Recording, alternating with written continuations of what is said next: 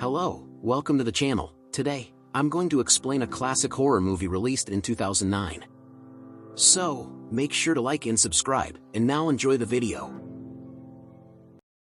The movie begins with a couple entering a hospital as if they were embarking on a joyful adventure, only for the woman to be quickly taken away, leaving the husband to deal with the mundane paperwork.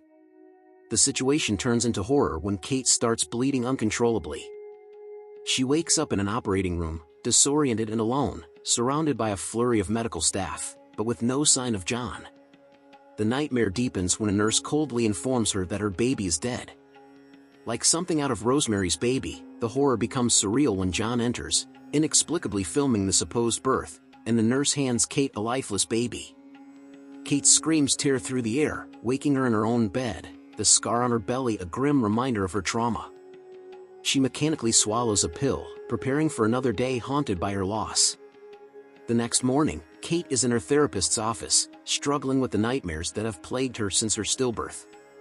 Dr. Browning reassures her that these dreams are a normal response to trauma, but Kate wonders if her subconscious fears stem from the imminent adoption of a child.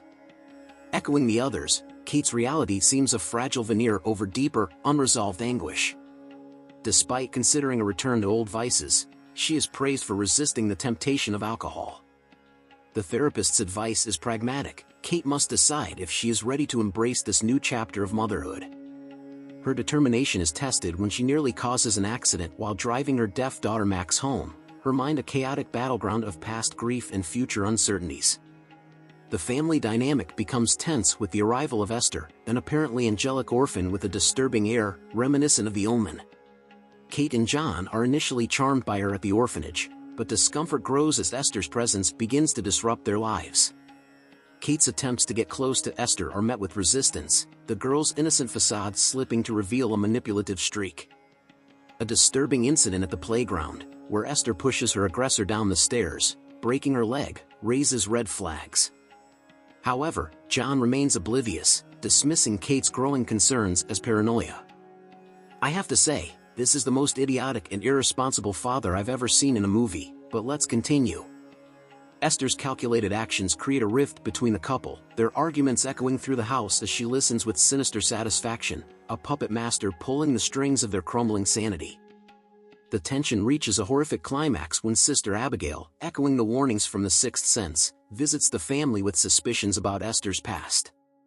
Her fears are tragically validated when Esther orchestrates her murder with cold precision, dragging a terrified Max into her scheme. The grotesque act is hidden in the treehouse, a chilling reference to Psycho, with its secrets lurking just below the surface. Daniel, the older brother, witnesses the aftermath and becomes a target of Esther's wrath, threatened into silence by the girl who now holds the family in her malevolent grip. The once welcoming home descends into a nightmare, each member trapped in a web of fear and deceit, as Kate desperately tries to uncover the truth before it's too late. Honestly, in this film, Kate is the smartest person for noticing the girl's sinister actions. The couple takes their sinister daughter to see therapist Browning, who, after a quick analysis, declares that the girl has no problems. The surprise? The real source of all the problems is Kate, who is apparently projecting her own maternal insecurities onto Esther. John, in true horror movie cliché fashion, readily agrees with the therapist. Seriously, this is the craziest father I've ever seen in a horror movie. Returning home, Kate receives a call from the orphanage informing her that Sister Abigail is missing. The police, in a not-so-thorough search, find Abigail's body where Esther left it. With the house plunged into an atmosphere worthy of The Shining, Kate starts investigating disturbed children and, unsurprisingly, John dismisses her concerns. The situation worsens when Kate discovers there are no records of Esther before her arrival in the United States.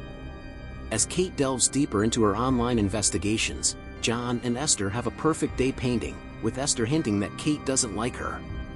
The tension escalates when Esther presents a bucket of roses picked from the spot where Kate's deceased daughter's ashes were scattered. The gesture, more disturbing than sweet, pushes Kate to the edge, but John, true to his role as the blind and crazy husband, blames Kate. As Kate uncovers Esther's secrets, discovering that the girl is actually an adult woman with a hormonal disorder and a violent history who came from a sinister orphanage, the terror reaches its peak. In a night reminiscent of the anguish of Psycho, John is brutally murdered by Esther, who then chases Max with a gun. Kate, in a desperate attempt to save her daughter, crashes into the house and confronts Esther, who reveals her true nature. The final struggle takes place on the ice, evoking the suspense of Friday the 13th, with Esther finally being dramatically defeated, submerged in the icy waters. The plot closes with the police arriving too late, as in any good thriller, and Kate, now the worn-out but victorious heroine, crawling out of the frozen lake. Esther, with her last breath, tries to manipulate Kate one last time, but is kicked back into the icy abyss in a cathartic moment reminiscent of the conclusion of Carrie. This film is simply a classic of cinema and a masterpiece of the horror genre. Despite some plot errors, the film immensely surprised me and scared me a lot when I was younger. But tell me what you think in the comments. I love seeing your opinions. So, stay well, and I'll see you next time. I gotta tell you, it was perfect. Perfect.